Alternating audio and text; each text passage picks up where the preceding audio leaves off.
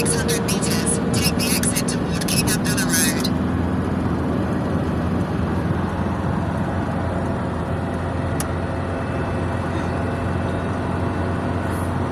Take the exit আরফাতের দিকে যাচ্ছি আমরা।